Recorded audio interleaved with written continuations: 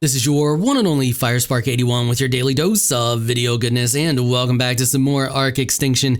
Today we're going to talk about why the owl is your most valuable asset in the new Extinction map. Let's get to it. So as many of you probably already know, the owl has a few different things going for it, one of which is to make the pellets, which can be used as super fertilizer. You can also feed them to the gotchas to give them a buff to make them produce resources faster, which the owl pellet alone is absolutely invaluable. But on top of that, if you right click, they do a freeze maneuver, which heals you really quickly, heals them, and heals wild dinos or anything around them, allies, all of that good stuff. You can hit C to go into predator vision, which gives you kind of like a heat vision.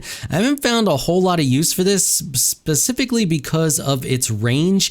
As you can see, when things get a little further out of range, they get not as bright. So like we can see the trike there super bright, but there's other stuff like off in the distance, and you can see as we get closer, it starts to get brighter and brighter and brighter. So it can be used somewhat to find things, but not as well as I wish it would work. I wish it would work more like the radar from the Scout. The Scout's vision seems to work a little bit better for finding stuff. But those things alone, you're like, okay, well, that's great. I already know that. But let's get into why this thing is absolutely crazy ridiculous. First of all, when you freeze, we're going to go into freeze here, you can build. So if I hit 4, you can see that I can place down a foundation.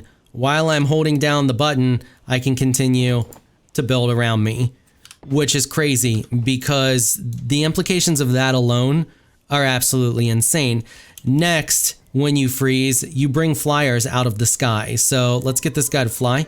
So that Pteranodon was being a bit of a punk, but I found one here. So essentially what you want to do is you want to get above them and in front of them. And if you catch them like that, you can see there, we dropped him out of the sky. So you can immediately see the implications of that because you can use that to solo tame a quetzal. So let me show you how easy it is now using an owl to solo tame a quetzal. Okay, so I've spawned in a quetzal here, and in order to do this, you need behemoth gateways and behemoth gates. You need at least 3 gateways. I recommend bringing a few more for trial and error purposes, unless you have a pickup mod available, and 2 gates. So what you want to do is you want to get over top of the quetzal and kind of line yourself up with its center mass and then freeze, and we went right through him. So let's try this again because, you know, ARK.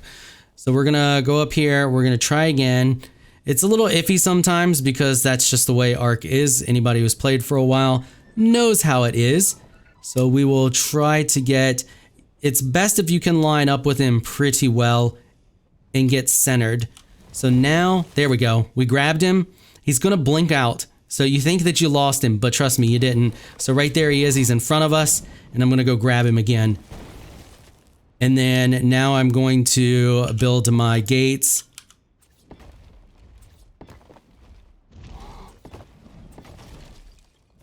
And there he's trapped.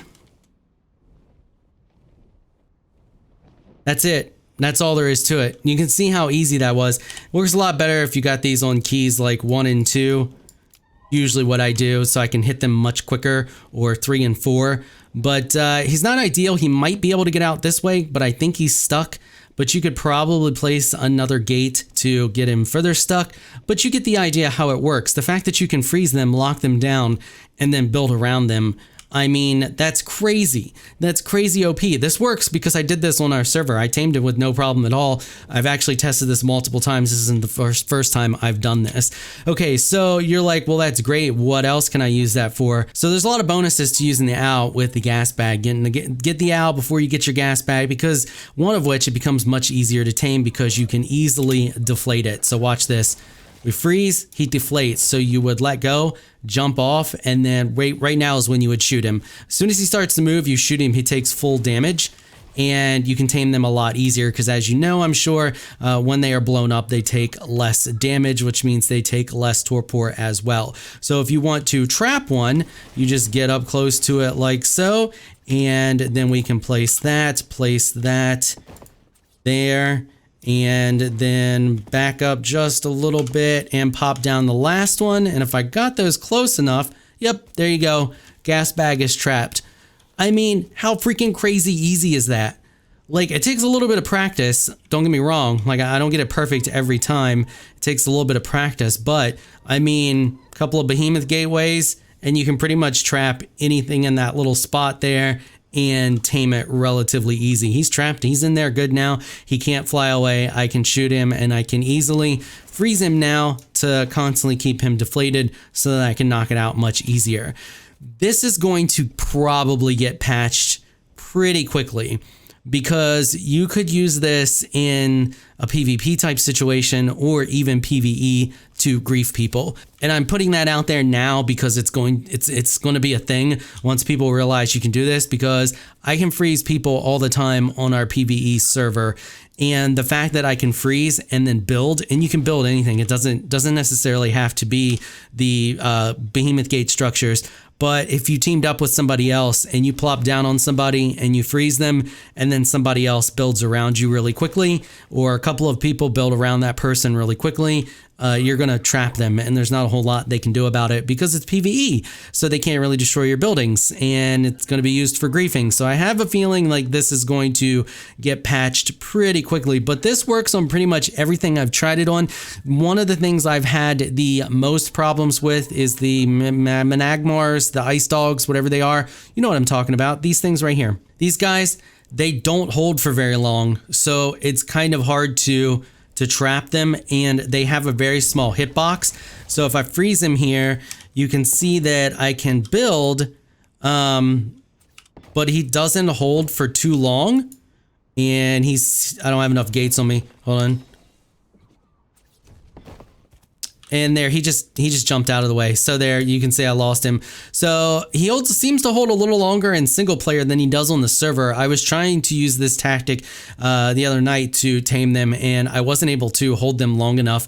When they're aggroed at you, they don't hold quite as long, and they're a lot more difficult to get trapped, and they're always attacking you and hitting you. So if you can catch one when it's attacking something else, it may be a little bit easier, or let it attack your mount a little bit.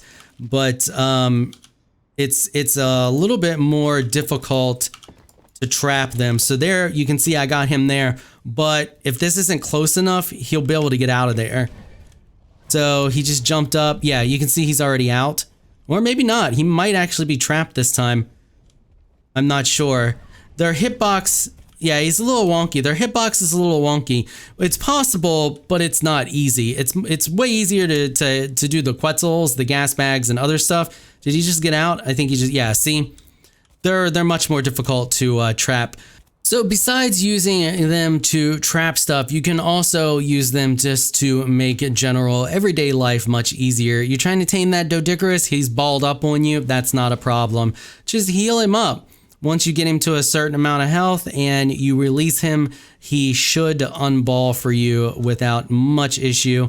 Oh, yep, there he goes. So there you go. So you can see I healed him up a little bit, got him past his threshold. Now he has unballed. The other cool thing that you can do now, because you can heal wild pets very easily, is you can now actually use a scorpion to tame stuff without the threat of killing it. So you can literally just go crazy with this scorpion, use it to knock out whatever you're doing. If it starts to get too bloody, all you have to do, well, he balled up on us, so that's not a problem. But also, if he was super bloody, all I would have to do is just pop over with the owl, heal him up, and then go back to knocking him out again with the scorpion or any of the other many dinos out there that have torpor effects on their attack.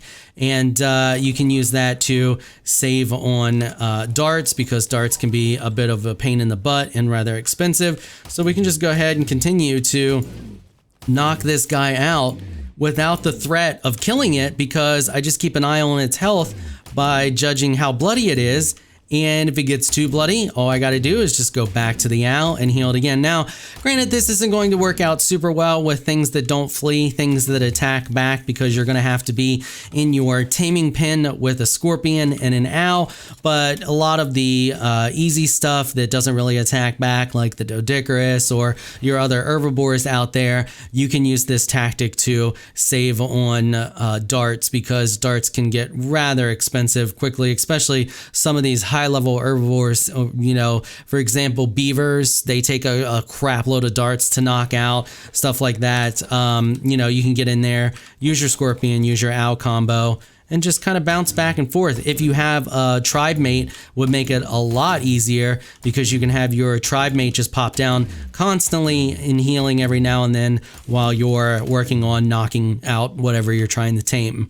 Alright, so hopefully this video has given you some insight into how absolutely just completely powerful and handy this thing is as a utility pet. It has by far got to be the most valuable pet that they have added to the game so far. Like I said, they're probably going to patch that building mechanic while you have stuff frozen. I can see where it can be used for all kinds of stuff that they don't want you to be using it for. Even some stuff that I didn't mention on here besides trapping players.